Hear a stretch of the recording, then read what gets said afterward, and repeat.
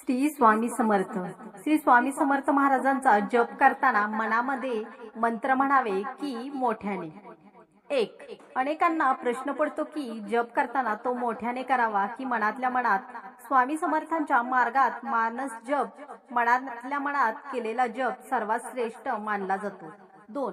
जेव्हा तुम्ही मोठ्याने जप करता तेव्हा ऊर्जेचा व्यय होतो व जेव्हा तुम्ही जीभ न हलवता मनात जप करता तेव्हा ती ऊर्जा तुमच्या अंतर्मनात साठवली जाते आणि तुमची इच्छाशक्ती म्हणजेच विल पॉवर प्रचंड वाढते. 3. मानस जपाचे वैशिष्ट्य असे की तुम्ही काम करताना, प्रवास करताना किंवा जेवतानाही तो करू शकता. हा जप साक्षात स्वामींच्या काळजापर्यंत पोहोचतो. 4. मनात जप करणे कठीण असते कारण मन भरकटते, पण एकदा का मनात नाम स्थिर झाले की तुम्हाला बाह्य जगाचा विसर पडतो आणि साक्षात स्वामींचे अस्तित्व जाणवू लागते. ओठांनी घेतलेले नाव जगाला ऐकू जाते, पण मनात घेतलेले नाव फक्त स्वामींना ऐकू जाते. श्री स्वामी समर्थ. श्री स्वामी समर्थ महाराजांचा जप करताना मनामध्ये मंत्र म्हणावे की मोठ्याने. अनेकांना प्रश्न पडतो की जप करताना तो मोठ्याने करावा की मनातल्या मनात.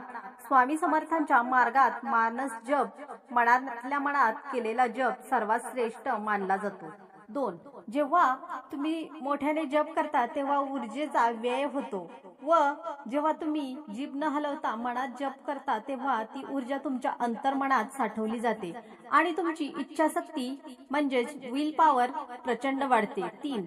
मानस जपाचे वैशिष्ट्य असे की तुम्ही काम करताना, प्रवास करताना किंवा जेवतानाही तो करू शकता. हा जप साक्षात स्वामींच्या काळजापर्यंत पोहोचतो. 4.